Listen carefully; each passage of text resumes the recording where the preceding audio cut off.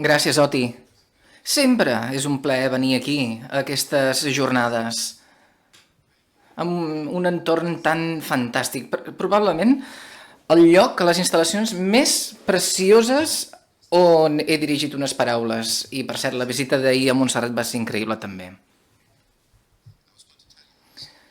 Anava a explicar la història de l'any passat, ja li vaig dir a l'Oti.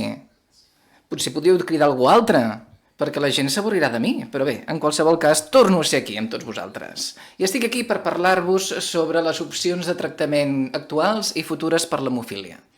Però permeteu-me fer un parell de comentaris pel que fa a la introducció que s'ha fet, perquè jo crec que el tractament de l'hemofília del futur passarà per les mans de les infermeres i no dels metges. No crec que arribarem al centre d'hemofília a veure el metge i després a l'infermera. Jo crec que serà al revés, que les infermeres seran les persones que oferiran el tractament pels pacients d'hemofília. Parlem d'una malaltia crònica. Les infermeres ens coneixen molt millor que no pas els metges. Segurament els metges segueixin allí, però els més nous segurament sàpiguen molt més de que ho sàpiguen ells, i les infermeres, evidentment, saben molt més de l'hemofília del que saben els metges actualment. Així que, dit això, no tinc cap conflicte d'interès gran, no treballo amb els grans del sector, però sí que treballo oferint assessorament a algunes empreses i també informo sobre esdeveniments adversos per part de grups de pacients. I pensé, què us ho puc dir que sigui nou? Què està passant allà fora? Doncs és increïble, però no hi ha cap altra malaltia arreu del món que hagi tingut tants tractaments nous, tantes innovacions com aquesta, com l'hemofília. Aquí teniu el nombre de desenvolupament de nous productes per l'hemofília durant els últims 8 mesos. Si hi ha una malaltia i veiem un producte cada pocs anys, pensaríem que tenim força sort. Fixeu-vos el que ha passat al camp de l'hemofília. Això ha passat durant els últims 8 mesos. Ho repassem i ara us explico on encaixa tot això durant la resta de la meva ponència, d'acord? El primer, estem parlant d'un factor 8 molt prolongat. Es diu BIF001. És un factor 8 que es dona una vegada a la setmana i ja ha estat aprovat per la FDA als Estats Units.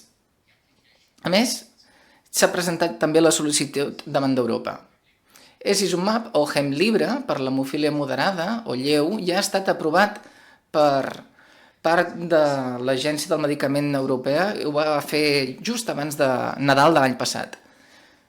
L'esimizumab per l'hemofília adquirida ha estat aprovat també al Japó. L'hemofília adquirida segurament sigui un tipus d'hemofília que no tingueu cap de vosaltres. Hi ha un tipus d'hemofília diferent, l'hemofília A, que es pot desenvolupar quan es fa la gent més gran. És una malaltia que pot desaparèixer amb tractament, però el tractament és força difícil, tot i que ara ha estat aprovat amb Hemlibra. Tenim un altre, que és el Concizumab, una teràpia de reequilibrament, que explicaré com funciona, que ha estat aprovada al Canadà. I, per últim, hi ha 2 teràpies gèniques per l'hemofília A i l'hemofília B, aprovades totes dues aquí a Europa. Així que, en teoria, són tractaments disponibles per tots vosaltres. Ara bé, el fet que hi hagi tractaments disponibles no significa que hagin d'anar a parells. Jo crec que és necessari dur a terme recerca i veure quin tipus de tractament és més bo per cadascun de vosaltres. L'hemofília, com ja sabeu, és una reducció en el nivell de factor 8 a l'hemofília A o del factor 9 en el cas de l'hemofília B. És a dir, que si no tenim un factor a la sang, evidentment la solució és senzilla, substituïm aquest factor, oi? D'aquesta manera, als anys 20 del segle passat es substituïa amb sang neta, però no hi havia gaire factor a la sang neta. Llavors, als anys 50 del segle passat, parlàvem de plasma fresc congelat i als anys 60, a finals dels 60, amb crioprecipitats que contenien només factor 8. Llavors, als anys 70 va arribar el concentrat de factor derivat del plasma i als anys 90 el concentrat de factor recombinant. L'altre concepte que tractem en el món de l'hemofília és com tractar aquesta malaltia. Com ho fèiem abans? Abans esperàvem fins que els pacients tenien alguna hemorràgia i quan començava l'hemorràgia intentaven parar-la. Això és el que va passar durant gran part de les vostres vides si sou d'una edat major de 20 o 30 al públic. Però com tots sabeu, a dia d'avui l'hemofília es tracta d'una manera completament diferent. No esperem que es produeixi un sagnat o una hemorràgia i oferim tractament regular per prevenir aquestes hemorràgies. L'objectiu principal és evitar aquestes hemorràgies. Si us ho hagués dit fa 30 anys que una persona amb hemofília què esperaria, l'objectiu era que no experimentés cap hemorràgia, diríeu que sóc boig, però no ho sóc, de fet, perquè jo crec que és molt possible tenir hemofília sense experimentar hemorràgia. Quasi hem arribat. Jo crec que en 2/3 dels pacients ja hi hem arribat, però la situació millorarà encara més. Així que a la dreta veieu la profilaxi. Què ha estat passant amb el tractament de l'hemofília durant aquests anys? Doncs tradicionalment hem estat a la part esquerra de la pantalla. Hem estat parlant d'evolució. Evolució és prendre un producte i millorar-lo.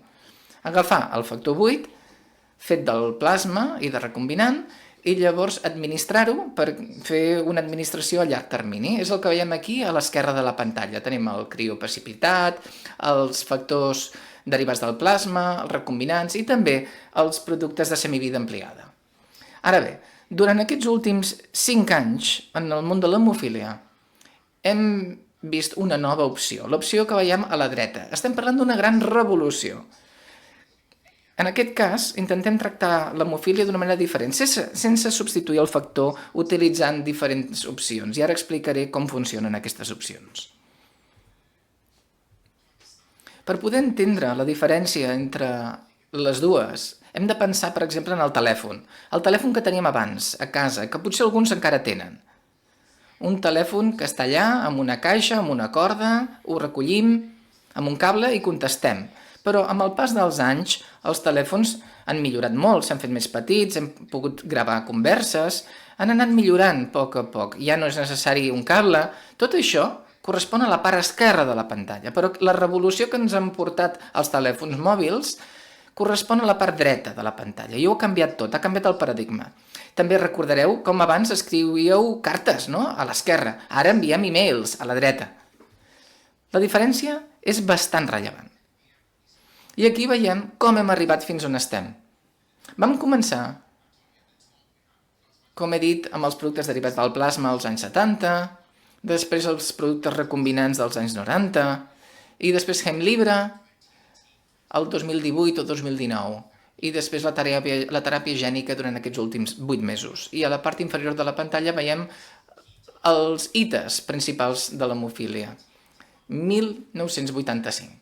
Perquè l'any 1985 els productes van ser productes segurs. Abans d'aquesta data no hi havia activació i això va fer que l'hepatitis C i els problemes d'hepatitis C i de l'VIH es van produir, però abans d'això els productes havien estat segurs d'infecció, no produint infecció. L'any 2015 vam començar a veure els productes de semivida ampliada. Quins són els tractaments actualment disponibles? Aquí veiem un producte del que no hem sentit a parlar gaire, només funciona el cas de l'hemofília lleu, però és econòmic i és efectiu. Va necessitar molt de temps perquè la OMS ho aprovés com a medicament bàsic, però ja està allistat. I s'ofereix de manera subcutània, tracta aquells pacients amb hemofília lleu i millora els seus nivells, perquè fa que alliberin més factor que generen però en petita quantitat. Pel que fa als altres productes que sospito que molts de vosaltres ja utilitzeu. Ara teniu els productes de semivida ampliada, però abans de parlar sobre aquests productes hem de recordar que encara tenim els productes de semivida estàndard, que els veiem aquí a la part inferior. Podem tenir els recombinants de factor 8, com Adbate, Refactor o Benefix. I després tenim els productes de semivida ampliada, és a dir, que tenen un efecte prolongat a la sang. Hi ha diferents maneres de poder ampliar aquesta semivida i els veiem aquí a la dreta. I us ho ensenyo perquè aquesta és una manera de que pugueu veure la innovació. Les empreses innoven, però només ho fan si pensen que poden guanyar diners. Això és el que fomenta la innovació. I degut al fet que l'hemofília és una malaltia cara, això està fent avançar la innovació. Però hi ha una comunitat en la que ens sentim afortunats, perquè hi ha innovació, veiem nous productes i esperem no gastar-nos massa diners, o molts diners. Aquesta és la situació actualment. Ara, per poder entendre la diferència entre els productes de semivida actuals i ampliada, veiem aquesta gràfica d'un mateix pacient. En verd veiem el producte de semivida estàndard, és a dir, els administràvem una única dosi i llavors a les 48 hores o 2 dies rebia una millora del factor, una millora entre el 2 i el 5%. En canvi, amb l'ús del producte de semivida ampliada, el factor 9 en aquest cas, aquest nivell s'assoleix al cap de 2 setmanes. És a dir, en lloc d'administrar-ho d'una única manera, els dos funcionen bé, per tractar l'hemorràgia, en un cas, ho hem d'administrar 2 o 3 vegades a la setmana i l'altre només una. Aquí veiem els aspectes pràctics del que acabo d'explicar. A la part del mig veiem la duració del producte, és a dir, la seva semivida. Si comencem al 100%, quant de temps estarà per passar al 50%? Amb el factor 8 parlem de 12 hores, en el factor 9, 18 hores. I en el cas dels productes de semivida ampliada, amb duració addicional, en el cas del factor 8 parlem de 18 hores i pel factor 9, 90 hores. Arrel d'això veiem una mena de tendència de màrqueting, oi? Perquè amb el factor 8 passem de 12 a 18 hores. És més, però només són 6 hores més, no és una ampliació exagerada. Però veiem una diferència amb l'hemofília B. Amb l'hemofília B passem de les 18 a les 90. Aquí parlem d'un producte realment amb una vida molt ampliada. I com es tradueix això? Doncs que en el cas de l'hemofília A oferim el factor de profilaxi en lloc de més de 3 o 4 vegades, 2 vegades, i en el cas de l'hemofília B, 2 vegades. Ara s'administra una vegada o una cada 2 setmanes.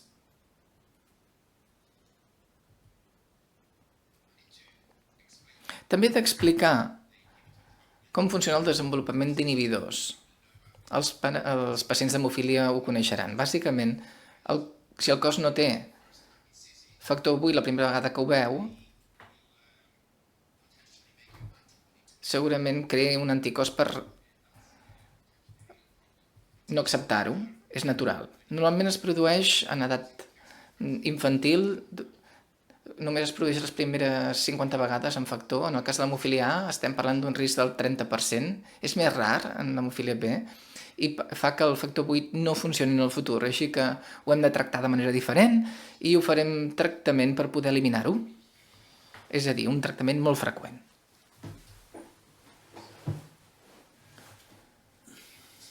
Si, com ja he fet,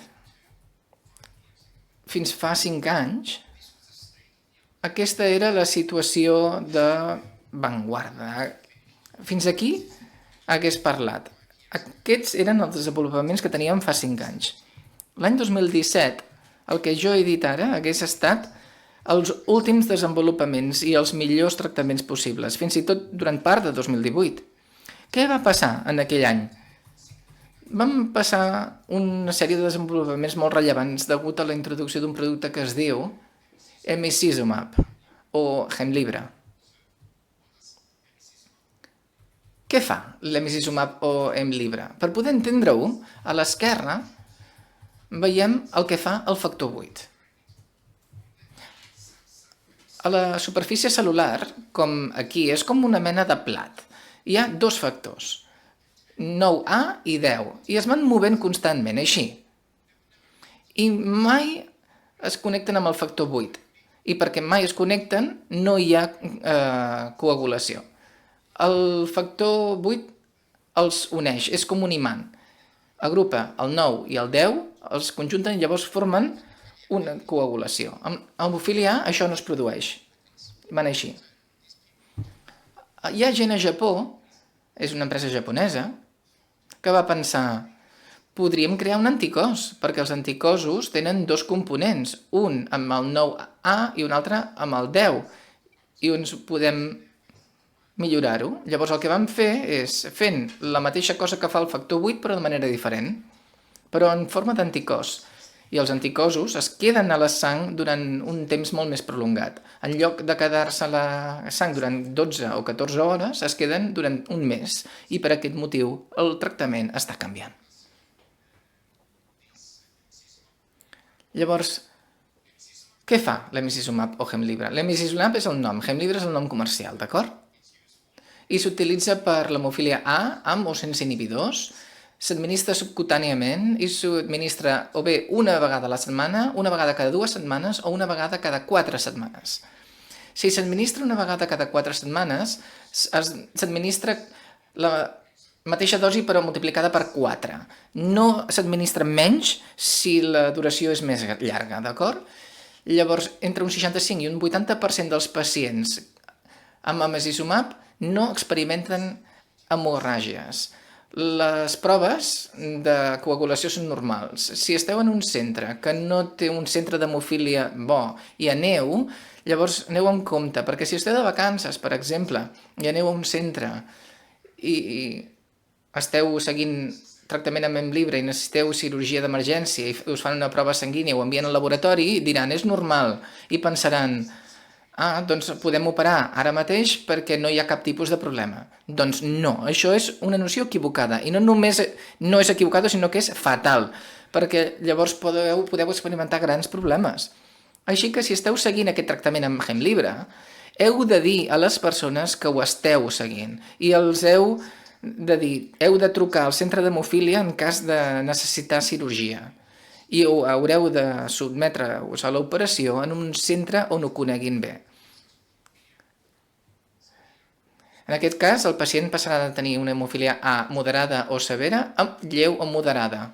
Encara poden experimentar algunes hemorràgies, un terç de pacients ho faran, però bé. Què ens diuen les proves realitzades? En un estudi de quasi 400 pacients, veiem com després de seguir tractament amb aquest pacient passen de dues hemorràgies a l'any a menys i menys, amb una mitja d'una hemorràgia a l'any. Si prenem els 400 casos, els 400 pacients, la mitja és d'una hemorràgia a l'any.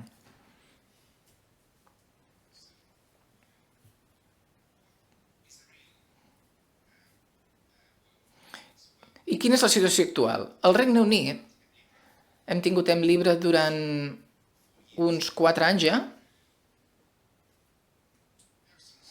i hi ha persones al Regne Unit que volen seguir aquest tractament i ho poden fer si volen. No hi ha cap diferència de preu entre el factor 8 i Hemlibra. Així que la xifra ha augmentat. En general, entorn a jo diria que la meitat de pacients estan amb hemofília A severa estan seguint tractament amb Hemlibra i els altres segueixen amb el tractament tradicional. Nosaltres no pressionem a ningú perquè canviï de tractament. Són lliures de decidir. Si el factor normal, no l'ha ampliat, funciona i un està content amb aquest producte i no vol canviar, no cal que canviïn. Si us funciona i us va bé, seguiu amb el que us va bé. Això és el que ha passat al Regne Unit.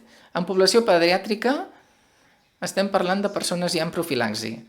Pacients pediàtrics amb una hemorràgia a l'any de mitja a 0. De 2,8 a l'any a 0. I això ens diu que fins i tot allà on hi ha bona profilaxi, al Regne Unit, fins i tot si ens prenem la profilaxi, la mitja és de 3 hemorràgies l'any. No hem arribat del tot, però estem arribant-hi. Quin percentatge ha vist zero hemorràgies? Doncs amb hemorràgia estàndard un 4% i en el cas d'aquest producte un 18%. En adults és menys, un terç o 2/3 dels pacients sense hemorràgies. I com tractem l'hemofília? Aquí veiem un diagrama força complex. En el cas d'hemofília lleu, fem factor 8 o ABP. En el cas de la severa o la moderada, amb inhibidor sense, tenim bemosizumab, Hemlibra, la semivida estàndard, o tractem amb Novoseven o amb un nou producte que acaba de sortir. Encara no ha arribat a Espanya, crec, però segurament arribi aquí molt aviat. Es diu Sevenfact. És molt semblant al Novoseven. I a l'esquerra també tenim el factor 8. I les xifres que veiem aquí, amb el producte semivida estàndard, amb productes derivats del farma, hi ha 30 productes al mercat disponibles i amb recombinant hi ha 5. En el cas del producte semivida ampliada n'hi ha 7. Hi ha molts tractaments disponibles a dia d'avui. En el cas de l'hemofília B, la situació és molt més senzilla. Tenim o bé el factor 9 de semivida estàndard, amb molts productes disponibles, o el factor 9 amb semivida ampliada, que ja he esmentat. Això és el que us puc dir. Això és el que tenim a dia d'avui. Us he explicat què va passar fa 5 anys i si hi ha tractaments disponibles i esteu en aquesta sala, segurament hàgiu passat per alguns d'aquests tractaments que ja he comentat. A no ser que esteu formant part d'un assaig clínic. Sé que hi ha gent a Barcelona que està formant part d'assajos clínics. Ara us parlaré, de fet, sobre els tractaments que estan per venir. La meitat de la meva xerrada se centrarà sobre els tractaments que venen. El primer tractament que està per venir és aquest superfactor 8. Això vol dir que té una semivida ampliada. Un factor 8 que encara dura molt més del que tenim a dia d'avui. És un diagrama complex, és difícil pels metges i és difícil per molts, sobretot perquè alguns ho entenguin, però us ho explico. Perquè és molt més senzill del que sembla. I us ho explico o donant-li la volta. El producte actual que molts aquí estan rebent és Elocta. És el que veiem a la dreta. Les parts en blau són factor 8, el factor 8 estàndard, i en verd oliva, fa que duri molt més. Això és el que veiem a la dreta. Si esteu utilitzant Elocta, ara mateix esteu utilitzant això. Aquest producte és Elocta amb 2 coses més per ampliar encara més la seva semivida. Veiem el D3 a la part inferior. Fa que tingui una duració molt més llarga. Tot i que té una duració ampliada, el que passa quan un té una hemorràgia és que el cos extreu aquestes parts i ens quedem amb Elocta. Dins del cos, quan estem administrant aquest producte per evitar les hemorràgies, acabem amb la imatge que veiem aquí. Quins són els aspectes pràctics de tot això? A la dreta podem veure l'estàndard en blau clar i també els productes amb semivida ampliada. El nom és el BIF001, explicaré la diferència en un moment, però té una duració més ampliada. I mostrar un diagrama no té gaire sentit, a no ser que siguin experts clínics interessats en la recerca. Així que centrem-nos en els aspectes pràctics. La semivida és de 44 hores. Jo abans he dit que la semivida del factor 8 en la versió estàndard és de 12 hores i que l'ampliada és 18. Aquí estem parlant de 44. Si rebem una dosi d'aquest producte després de 5 dies, el nivell serà d'un quasi 40%. L'aspecte pràctic d'això és que si tenim hemofília greu o severa i necessitem una substitució de genoll, com en el cas de moltes de les cirurgies que fem, rebrem una dosi d'aquest producte quan estigui disponible i potencialment només necessitarem una única dosi més després de 5 dies. I possiblement podem sotmetre'ns a operacions després de 2 o 3 dosis de factor 8. Així que podem dir que segurament canvia la situació. L'empresa que l'està fabricant pensa que la gent passarà del seu tractament en profilaxi a aquest tractament. I hi ha molts que ho faran, perquè així podran rebre profilaxi de factor 8 amb un tractament d'una vegada a la setmana. Pensem que ho veurem aviat. I serà millor del que tenim avui? Doncs està per veure, però s'acaben de publicar els resultats d'un estudi durant aquestes últimes 6 setmanes i el que van fer en aquest estudi és... Em centraré en el grup A, d'acord?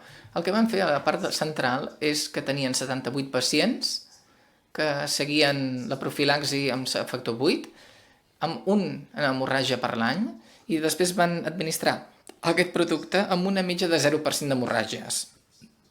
Un 70% amb 0 hemorràgies. I a la dreta tenim un grup que ho feien a demanda. No molta gent a Espanya o Europa facin, però en aquest estudi van reclutar pacients de diferents parts del món i de mitja tenien 16 hemorràgies l'any i van passar a 0. 0 hemorràgies. Així doncs, com es dirà? Aquest producte es dirà Altuvio. És complex, complica el tema, perquè d'una banda tenim el BIF 001, que alguns de vosaltres segurament hàgiu sentit a parlar, perquè és el nom que s'ha utilitzat fins ara, o un altre nom, el nom científic. Es solia dir, abans es deia EFA, va ser aprovat per la FDA el dia 23 de febrer. Si la FDA ho ha aprovat, això significa que la seguretat i els resultats clínics són suficientment bons i confio que aquest any sigui aprovat aquí a Europa també. El fet que sigui aprovat no significa que un pugui anar al metge i rebre-ho el dia següent. Òbviament dependrà del preu i d'altres qüestions. Però com he comentat abans, si esteu contents amb el producte actual, no heu de canviar. Si voleu alguna cosa diferent, aquest producte també estarà disponible, però. Parlem ara dels anticossos bispecífics, com Hemlibra. En el cas de l'hemofília severa o greu, ha estat aprovat, o va ser aprovat fa uns 3 anys. Per aquells que ho vulguin, ja està disponible. Per l'hemofília moderada va ser aprovat en els últims 5 o 6 mesos. En el cas de l'hemofília lleu, no ha estat aprovat, no s'utilitza.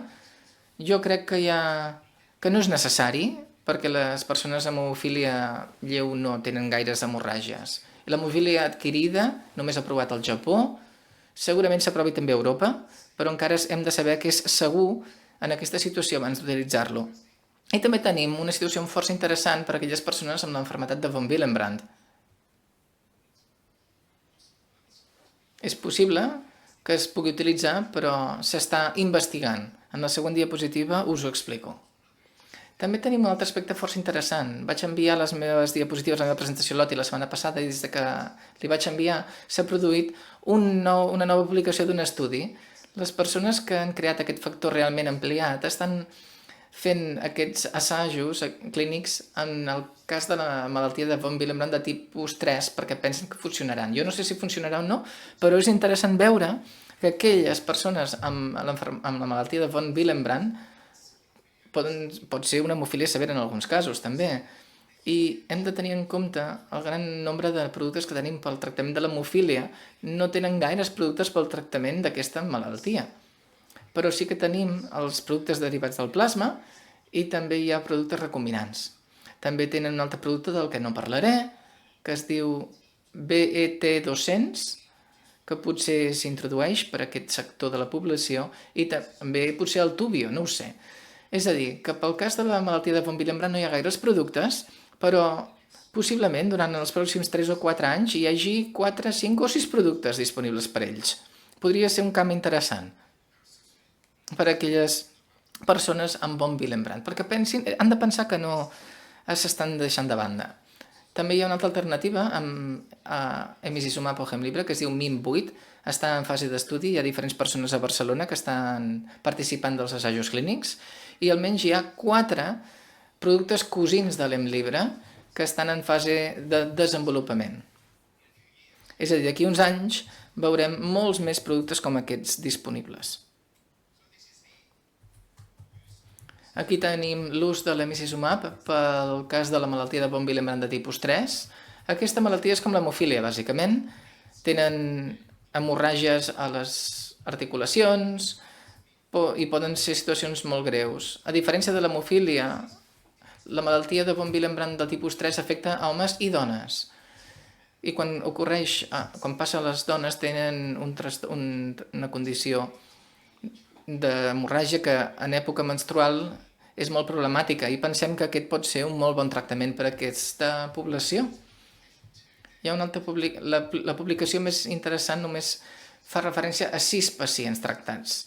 Estem en una fase molt temprana, però el que sí que és interessant és que amb aquest producte no van experimentar cap hemorràgia, excepte en el cas d'un nen quan se li estava canviant una dent i en el cas d'una dona que va tenir un problema després d'una operació. També tenim un altre grup de tractaments que vindran ben aviat. Es diuen les teràpies de reequilibrament. És una imatge complicada, però l'explico. No us centreu en la imatge en general, sinó seguiu-me en aquest viatge que faré mica en mica. A dalt a l'esquerra tenim un equilibri. Si no hi ha cap trastorn de l'hemorràgia, tenim tantes boles blaves com taronges o vermelles, perquè al cos tenim un equilibri entre coagulació i hemorràgia. Si tenim hemofília, estem a la part inferior. Ens falten boles blaves. I pel que ens falten boles blaves, el cos reequilibra el seu sistema amb més anticoagulants, causant més hemorràgies. Tradicionalment, la manera com s'ha tractat l'hemofília és mitjançant afegint més boles blaves per fer un reequilibri. Això és el que veiem a dalt a la dreta. Estem afegint més boles blaves per fer i assolir aquest reequilibrament. Però hi ha qui ha pensat que en lloc d'afegir boles blaves, per què no traiem boles vermelles? Perquè així assolim un reequilibrament del sistema també. Curiosament i sorprenentment, ara tenim 3 tipus de tractaments nous en desenvolupament que estan traient aquestes boles vermelles. Es diuen Fitusiran, Concizumab, o un altre nom d'una altra empresa, i Serpin-PC. Aquests productes s'administren via subcutània una vegada al mes. En el cas d'un d'ells, el que ha estat aprovat al Canadà, s'administra una vegada al dia, però la resta és una vegada al mes. Poden prevenir l'hemorràgia, però no poden tractar l'hemorràgia quan es produeix. Us dono un exemple per cadascun d'ells perquè podeu veure com funcionen. Aquí veiem el primer, Fitusiran. En el cas del Fitusiran, els pacients dels assajos clínics no seguien profilaxi, eren persones que tractaven hemorràgies quan es produïen. Aquí veiem una mitja de 24 hemorràgies l'any i encara tenien alguna hemorràgia amb aquest producte. El que sí que és interessant és que, tot i que tenien molt poques hemorràgies, no requerien tractament. I jo crec que això és el que la gent està començant a veure. Molt sovint no hem de tractar les hemorràgies més lleus. En el segon grup veiem com no hi ha pacients amb hemorràgies. És molt interessant, molt rellevant. Aquest és el cas del producte aprovat al Canadà. Hi ha qui dirà que no ho voldrà utilitzar perquè és una injecció subcutània cada dia, però l'empresa que ho fa és una empresa que fa productes d'insulina. I els diabètics s'administren insulina cada dia i no tenen cap problema. I l'empresa pensa que això pot funcionar força bé. El que mostra aquesta diapositiva, tot i que és complex, és que funciona reduint el nombre d'hemorràgies. No em centraré perquè utilitzaré més temps del necessari, però sí que parlaré sobre aquest últim cas. Un producte força interessant. És el darrer en ser desenvolupat. Van començar a treballar en aquest producte l'any 2020. El problema de l'any 2020 és que vam tenir el Covid i fer assajos clínics durant temps de Covid va ser difícil. Així que el que van fer és fer un assaig clínic a Moldàvia i a Geòrgia.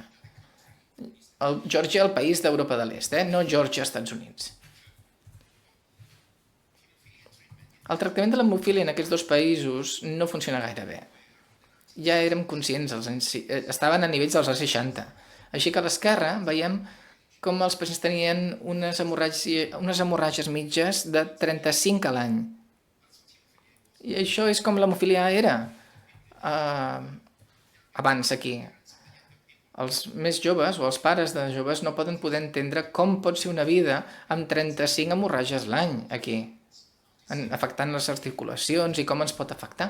Però després de l'administració d'aquest producte vam passar a tenir 2 hemorràgies l'any. La millora és increïble i això s'està estudiant en assajos clínics a dia d'avui. Per la darrera part de la meva ponència m'agradaria centrar-me en la teràpia gènica. I espero poder oferir-vos una visió realista de la teràpia gènica, perquè molt sovint sentim escoltar a persones que diuen que la teràpia gènica és l'objectiu final i que resoldrà tots els problemes. Però veiem on ens trobem, veiem on estem. Doncs, què és la teràpia gènica? La teràpia gènica és una manera d'administrar un gen que faci i creï factor 8 o factor 9. És un gen addicional que s'administra al cos per mitjà d'un virus i que arriba al fetge. Què no és la teràpia gènica? La teràpia gènica no canvia el gen de factor 8 o factor 9 anormal. En aquest cas, el factor pot ser normal, però encara podem transmetre l'hemofília a les nostres filles. No canvia el nostre perfil genètic, d'acord? Això és el que passa. Tenim un virus. El virus és un virus adenoassociat, traiem tots els gens que causen la malaltia i afegint el factor 8 o el factor 9 i ho injectem en una vena. A la dreta segurament reconeixen a Brandon Mahoney, que va oferir una ponència l'any passat, crec que va ser, i aquí el veiem com està sotmetent-se a la teràpia gènica. És una injecció i té una duració d'1 hora. Així s'administra. La xifra anterior, en Brian, sembla senzilla, no? Anem al centre d'hemofília, deixem el braç allà, injecció d'una hora i el factor 8 o 9 ens normalitza i no hem d'administrar més factor 8 o més factor 9. Això és el que diria la gent. Però és molt més difícil, molt més complexa que això. Fixem-nos en això. Segurament heu estat pensant en teràpia gènica.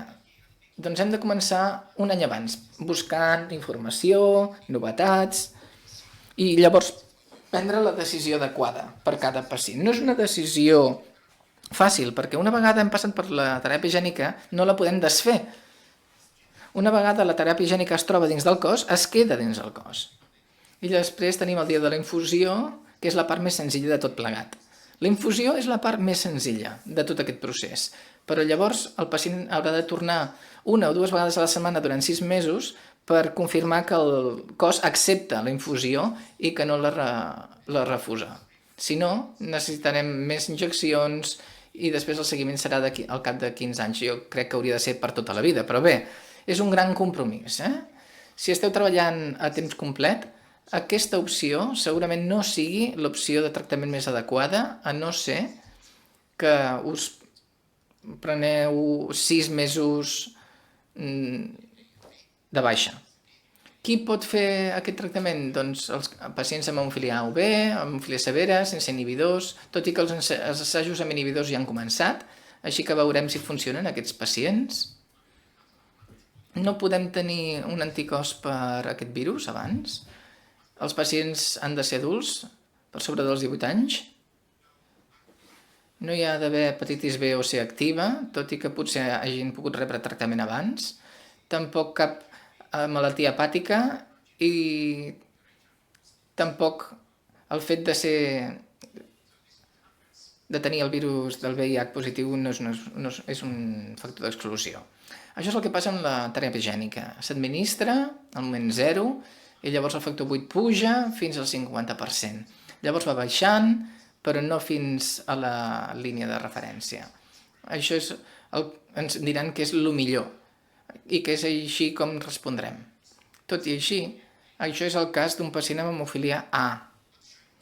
Ara us ensenyaré 2 imatges més i podreu entendre per què soc una mica escèptic d'aquelles empreses que presenten les seves dades d'aquesta manera. El problema, en la meva opinió, és la variabilitat. Com una persona no podem predir els nivells que podrem assolir, i això és un gran problema. El nivell mig que us he ensenyat a la diapositiva anterior és bo per a aquelles empreses que diuen no, rebreu un 30% de mitja. Tot i així, 4 persones amb hemofília, com a persones amb hemofília, voleu conèixer el nivell de factor que s'assolirà, oi? I durant quant de temps durarà? Aquí tenim l'assaig clínic amb hemofília B. Veiem la realitat. No s'aproxima al que acabem de veure. Això és el cas amb hemofília B. I el que veiem aquí, totes aquestes barres, en aquest eix tenim el número de setmanes i l'eix vertical tenim el nivell de factor 9. Fixem-nos en la setmana 12. Això ens diu que a la setmana 12 el factor 9 pot estar entre 0 i 90%. D'acord? Aquí parlem d'una gran variabilitat, molta variació. I veiem què passa a la dreta, a la setmana, diguem, o al mes 10, o després d'un any. Després d'un any encara hi ha molta variació. I aquesta és la imatge, la primera, no? Que ens mostrava una línia que va bé, que puja i que després baixa, a poc. Aquesta és la realitat. El vostre nivell al mes 6 pot ser, o pot estar entre un 5% i un 300%. Aquest és el gran problema amb la teràpia gènica. Hem de saber quina és la probabilitat en la que acabarem. Així que, de nou, la primera imatge és el que l'empresa vol que veieu, però aquesta és la realitat. Els pacients amb hemofília A, amb teràpia gènica, i això són dades després de 2 anys, mostren els següents resultats. Un 15%, més del 3%, 10% entre 10 i 5, i un 35% de 5 i 15. Després de teràpia gènica, en el cas d'hemofília A severa, després de 2 anys, tenim 2 terços de probabilitats amb un nivell inferior al 10%. Aquestes són les dues xifres. Hi ha una diferència entre l'hemofília A i l'hemofília B. En el cas de l'hemofília A, els nivells pugen i baixen. En el cas de l'hemofília B, la situació és més estable. Es creu que en el cas de l'hemofília A, la teràpia gènica segurament tingui una duració de mitja de 8 anys i en el cas de l'hemofília B es preveu que la duració sigui d'entre 10 i 20 anys, ningú ho sap. Hi ha un grup de pacients amb hemofília B de Londres que van rebre la teràpia gènica l'any 2010-2011 i els seus nivells s'han mantingut estables durant 10 anys. Així que pensem que aquest nivell es mantindrà estable. Però hi ha altres qüestions que hem de tenir en compte si estem pensant en la teràpia gènica com una opció. Ja hem parlat sobre la duració i hem dit que no ho sabem realment i hem de tenir en compte també la seguretat. Normalment anem al metge i preguntem «És segur? Quines són les possibles complicacions?» I ens expliquen que això és un tractament nou. Ningú ens pot dir quina és la seguretat d'aquest producte d'aquí a 20 anys. No se sap. I com a persona, si estem pensant en això, optem per un tractament que no coneixem com serà d'aquí 20 anys o optem per un tractament que sí que coneixem, que sabem quines seran les seves conseqüències perquè ho podem revertir. En el cas del factor 8 s'administra per via venosa o subcutània. Però en el cas de la teràpia gènica no sabem les conseqüències i tampoc sabem si hi ha un augment de risc de càncer. No coneixem la resposta. Aquests són els dos productes resumits en aquesta taula. A Europa els tenim els dos. Els dos han estat aprovats amb el mateix virus AAV5, amb dues empreses que els fabriquen. Els nivells no té sentit que us dongui els nivells al cap d'un any perquè poden variar. La possibilitat de refús de la teràpia gènica és d'un 85% en l'hemofília A i d'un 10% en l'hemofília B.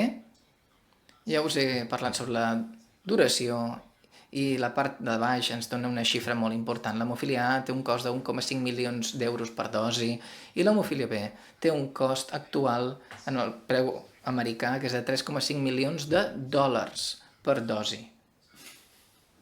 Així que els sistemes sanitaris ho pagaran? Ho veurem durant els pròxims anys. Rebre teràpia higiènica no és el que la gent diu, perquè ja tenim bons tractaments que funcionen. En el cas de l'hemofília A, si esteu seguint tractament en Hemlibra, teniu un 70% de probabilitat de no tenir hemorràgies. I en el cas de l'hemofília B, seguint el tractament en factor 9 actual, la probabilitat de no tenir hemorràgies és d'un 70%. Com a persona amb hemofília heu de decidir si seguiu amb aquest tipus de tractaments, amb aquests nivells de seguretat, o si opteu per teràpia higiènica. És un únic tractament molt més fàcil a llarg termini, però amb certa incertesa. Així doncs, a l'hora de prendre una decisió, estem aquí a l'esquerra, hem de decidir si funciona, si té eficàcia, si és segur, si és convenient i també quin és el preu. A la dreta teniu un llibre. Algú que treballi en el món econòmic coneixerà aquest llibre, és un llibre molt famós. I el que aquest llibre diu és que si teniu alguna malaltia, algun problema, i només hi ha un producte o un tractament i no esteu contents, per exemple, recordareu, a Rússia, als anys 80, un podia comprar un cotxe, però era o bé una Skoda o bé res. I la gent no estava contenta. Però tan aviat com es va obrir el mercat i tenien més d'una opció o dos cotxes, estaven molt més contents. Ens agrada poder escollir, però quan hi ha més opcions, la gent deixa d'estar contenta perquè fa que la decisió sigui molt més difícil de prendre. I això ens diu que quantes més opcions tinguem, curiosament, menys contents estarem. És un concepte força interessant que us deixo com a missatge. La decisió és molt difícil. I ara ja arribo al final. A l'esquerra tenim tots els tractaments actuals que ja hem comentat i que estan disponibles, però no només aquests, perquè hi ha molts nous tractaments que estan per venir i que veiem a la dreta de la pantalla. Hi ha molts productes diferents que arribaran ben aviat. I si algú vol alguna còpia de la meva presentació, que es posi en contacte amb l'OTI i serà un plaer enviar-vos-la.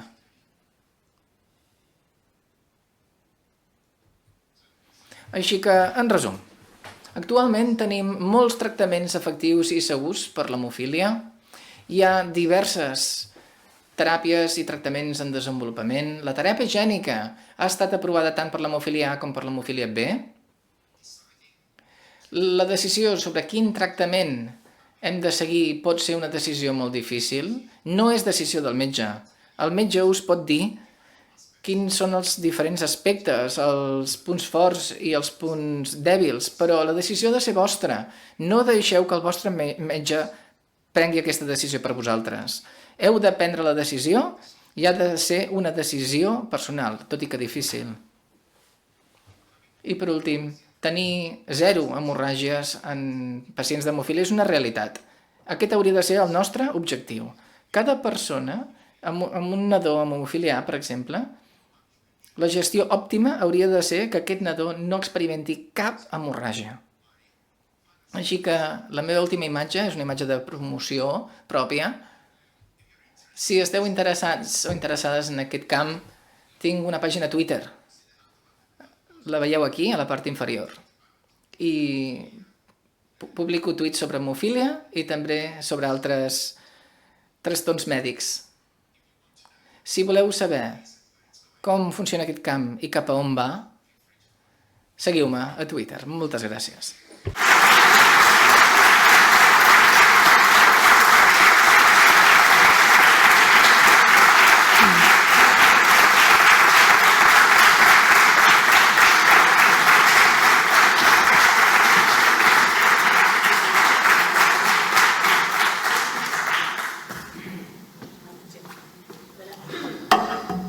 Tot el que tingueu una pregunta, farem les preguntes després de cada ponent, i així si algú li ha de preguntar alguna cosa. Vale? Gràcies.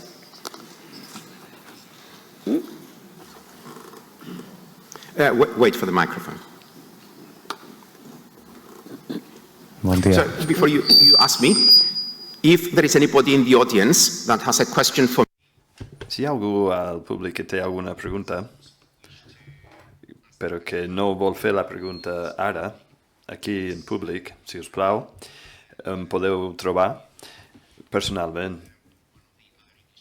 I amb Patricia o una altra persona que parli anglès puc contestar la seva pregunta en privat.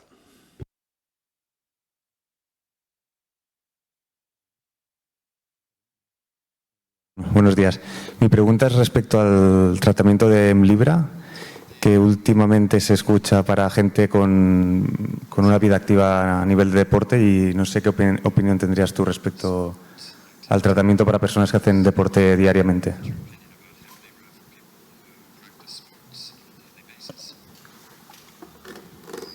Thank you. Gràcies. És una pregunta molt interessant, molt específica també. Abans de contestar la pregunta, però, us explico una mica sobre els nivells de factor 8, d'acord? El factor normal, si un no té hemofília, seria o hauria de ser un 100% de factor 8 o de factor 9, d'acord? La definició de l'hemofília és qualsevol persona que tingui un factor 8 per sota del 40%. Per sota del 40% hi haurà hemorràgia. L'hemofília severa és menys de l'1% i la lleu és entre el 4 i el 5%, d'acord? Dit això, el que fa Hemlibra és converteix una persona amb hemofília severa que té un 0% de factor 8 en una persona amb hemofília lleu que té un 15% més o menys de factor 8. Varia, el nivell varia. Ningú sap exactament quina és la xifra exacta, però jo crec que es troba entre el 10 i el 20%. Qualsevol persona que segueixi tractament amb Hemlibra tindrà una activitat equivalent d'entre el 10 i el 20%. Llavors, es pot practicar l'esport? Jo diria que els pacients i els nens i nenes que surten a córrer o que fan bici no tindran cap problema. Fins i tot jugar al futbol. Hi ha pacients que poden jugar a futbol sense problema. El problema és fer activitats que poden dur a lesions que siguin molt més greus, com ara... pot ser un problema, perquè diem a les persones no feu boxa. Jo li vaig dir a un pacient que tenia hemofília lleu que no practiqués boxa, que no era bo, o fer rugbi. Li vaig dir, no juguis al rugbi. I després es va passar a la boxa. I al poc va venir amb una hemorràgia. Òbviament, hi ha certs esports de contacte que poden comportar lesions cerebrals en el qual el nivell del 15% de factor 8 no sigui suficient. I per a aquestes persones hi ha dues possibilitats. Una possibilitat és el producte amb semivida ampliada, que fa que pugi el factor al 40%. Així, al practicar l'esport, el nivell de factor serà normal. L'empresa que fabrica el producte, el Tubio o BIF 001, ho volen comercialitzar d'aquesta manera, dient podeu jugar a qualsevol esport, amb aquest producte tindreu un factor 8 normal. És cert, el factor 8 serà suficient i després hi ha un altre producte.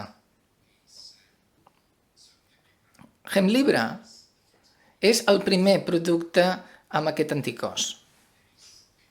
I hi ha persones que estan desenvolupant productes que són millors que Hemlibra. Fins i tot l'empresa que fabrica Hemlibra està en procés de desenvolupament d'un producte que es diu Hemlibra 2.0, que serà fins i tot millor, que tindrà uns factors encara més elevats. I hi ha un altre que es diu MIM 8, que ofereix també nivells de factor més elevats. És a dir, que si una persona ha de fer algun esport que pot causar lesions cerebrals o cops de cap, requerirà alguna cosa més que Hemlibra. Per la majoria d'esports, incloent el futbol, Hemlibra seria suficient. Too long answer. Una resposta llarga, perdó. Okay. I will ask in English because my life... Pregunto en anglès. Tenint en compte que tenim teràpia tècnica i que ha estat present durant més de 10 anys, podem dir que hi ha un tractament ben establert. Diria vostè que la probabilitat de tenir o patir una trombosi o un càncer pot ser mitjana, alta i, a més, si optem per una teràpia gènica, podem tornar a la teràpia regular que seguíem abans? Amb Hemlibra o amb factor 8 o factor 9? Són 2 preguntes en una. Contesto la primera pregunta i després li demanaré detalls perquè m'expliqui la segona. La primera pregunta.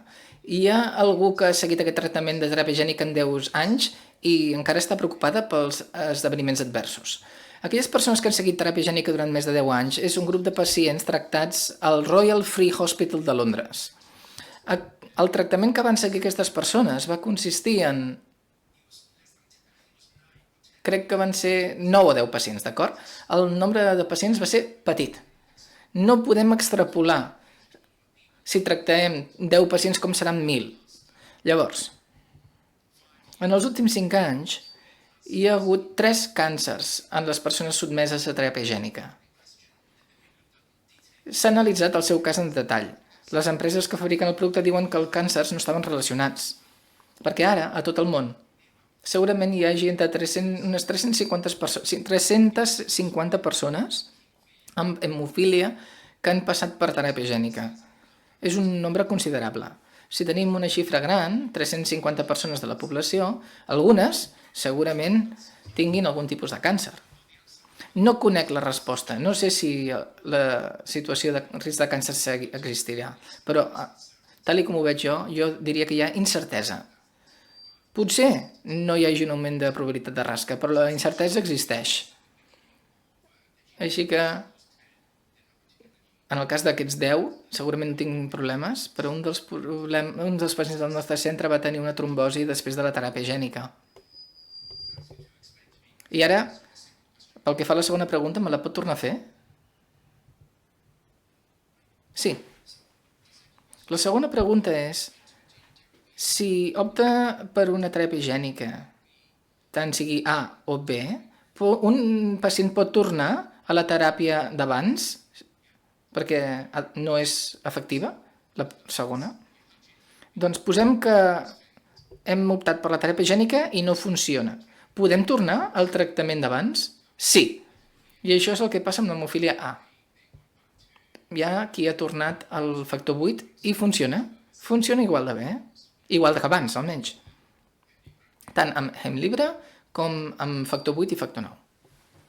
Gràcies.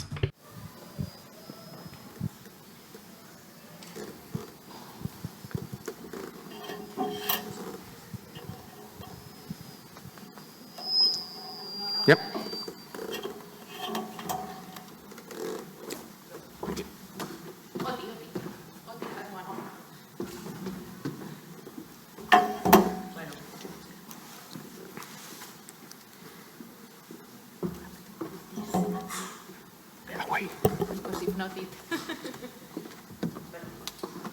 Jo faria 2 preguntes.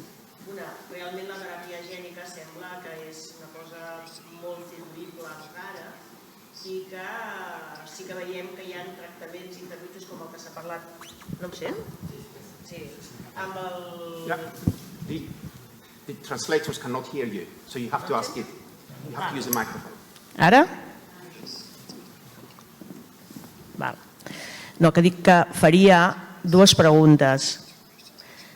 Una és que la teràpia gènica sembla que encara és molt incerta, tot i que està molt bé. Jo tinc un fill de 40 anys i fa 35 que sento que això passarà.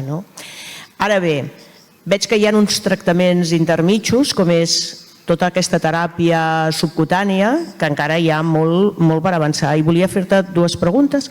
Una és, a nivell mundial, quin percentatge d'hemofílics estan utilitzant producte subcutani? A veure, és el que hem dit moltes vegades, hem lluitat molt perquè hi hagi una via d'administració més senzilla i més de llarga durada. Això ho tenim i en els primers anys costa d'entendre i potser fa una mica de por, però en aquests moments que ja fa 5 anys que s'està tractant, volia preguntar-te si hi ha molts efectes adversos que s'hagin vist i si creus que els països estan anant cap a aquesta via d'administració, donat que els nens, per exemple, és una cosa molt més fàcil que tot el traumàtic és punxar una vena amb un nen petit. I després, també et volia preguntar, vaig sentir que hi ha una teràpia gènica adreçada a les portadores amb què podria ser que hi ha... Llavors volia preguntar-te si això és cert o no, perquè ho vam estar esbrinant, no? Bueno, Brian ens va comentar una cosa així i et volia preguntar, i com avui parlarem de portadores, era per veure si ens podies avançar. Ja està.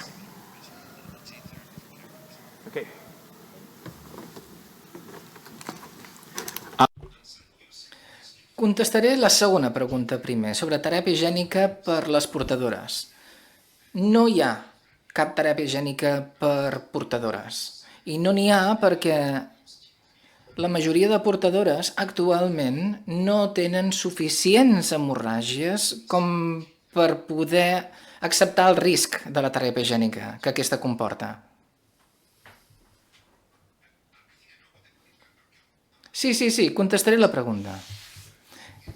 Jo ja sé que estem arribant a la transmissió de l'enfermetat per part de les portadores, si podem posar-li fre, oi? Sí. Doncs aquest serà el següent pas de la teràpia gènica. Es podrà arribar a canviar el gen. Això és la primera part de la teràpia gènica. Però la següent part serà l'addició gènica, és a dir, un canvi de la posició de l'abnormalitat. I la posició de l'abnormalitat serà canviar o produint factor 8. Però aquest no serà el tractament per les portadores. Llavors hi ha una tercera part, que serà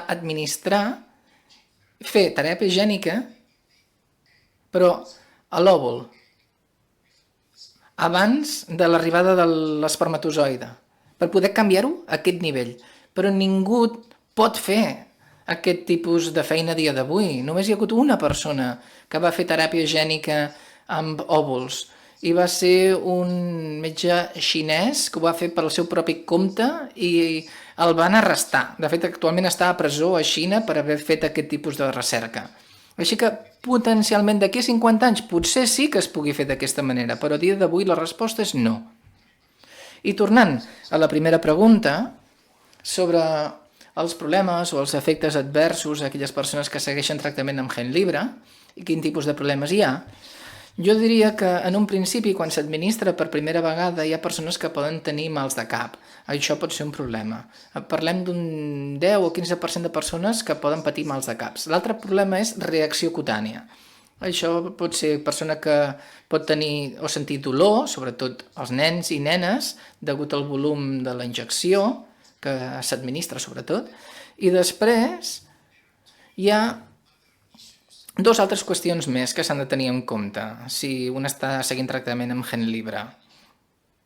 D'una banda tenim la creació d'anticossos que combatin Hemlibra, és un cos estrany, potser el cos no ho accepta i genera anticossos. Afortunadament això és rar, no és habitual.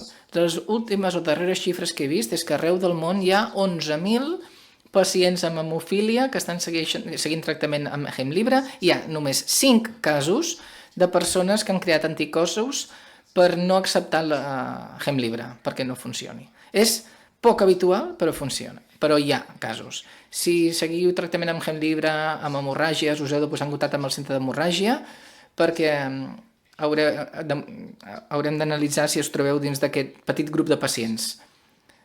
Ho podem quasi deixar de banda perquè és poc habitual, però el que és més habitual és en població pediàtrica, nens i nenes que han tingut inhibidors anteriors i que tenen immunotolerància i que s'han començat a tractar amb Hemlibra sense factor 8, el seu cos s'oblida i passa a ser tolerant al factor 8. El seu anticòs, el factor 8, que tenien inicialment quan eren més joves, pot tornar en alguns casos, en alguns pacients. I per aquest motiu, després de començar tractament amb Hemlibra, no ens hem d'oblidar del centre d'hemofília. Hem de seguir tornant, no freqüentment, però sí per revisions, per assegurar-nos de que tot funciona bé i de que els anticossos de factor 8 no han tornat. Sé que hi ha gent a Barcelona, i nosaltres també, hem vist com tornaven alguns d'aquests anticossos en alguns pacients. i és un tema molt a tenir en compte.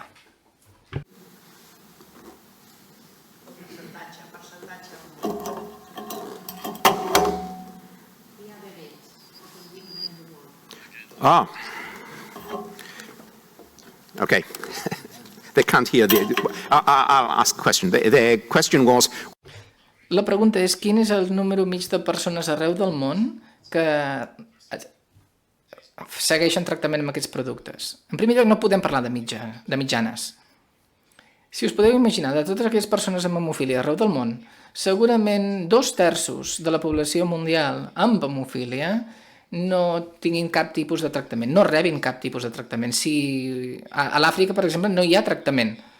Als 10 anys els pacients no podran caminar i segurament morin. Això és el que passa. I d'aquells països on sí que hi ha tractament, estem parlant d'un terç o d'un 25%, la gran majoria encara segueixen tractament amb factor 8 o factor 9. Hi ha unes 11.000 persones que segueixen tractament amb Hemlibra i segurament hi hagi unes 300, 400.000 que es coneguin arreu del món. Estem parlant d'una proporció molt petita de pacients arreu del món, però fins i tot en aquells països on els diners no és un gran problema, com als Estats Units o aquí a Europa, on sí que ho és, però tampoc és tan rellevant, fins i tot en alguns centres. Hi ha alguns centres d'hemofília on tots els pacients segueixen tractament amb Hemlibra, i alguns on quasi cap pacient ho fa. És una qüestió molt interessant des del punt de vista d'organització de pacients. Com a associació, com podeu fer que els vostres membres d'un lloc segueixin un tractament al 100% i en un altre lloc al 0%? Jo crec que això reflexa quina és la situació. Hem de conscienciar a la població i als pacients. La veritat normalment es troba a mig camí, a cavall entre una i altra. Ningú sap la xifra exacta, però segurament la veritat la trobarem a cavall entre una situació i una altra. La gent necessita informació i per això el treball de les associacions és molt important, perquè la gent prengui decisions amb les que es trobin còmodes. Gràcies.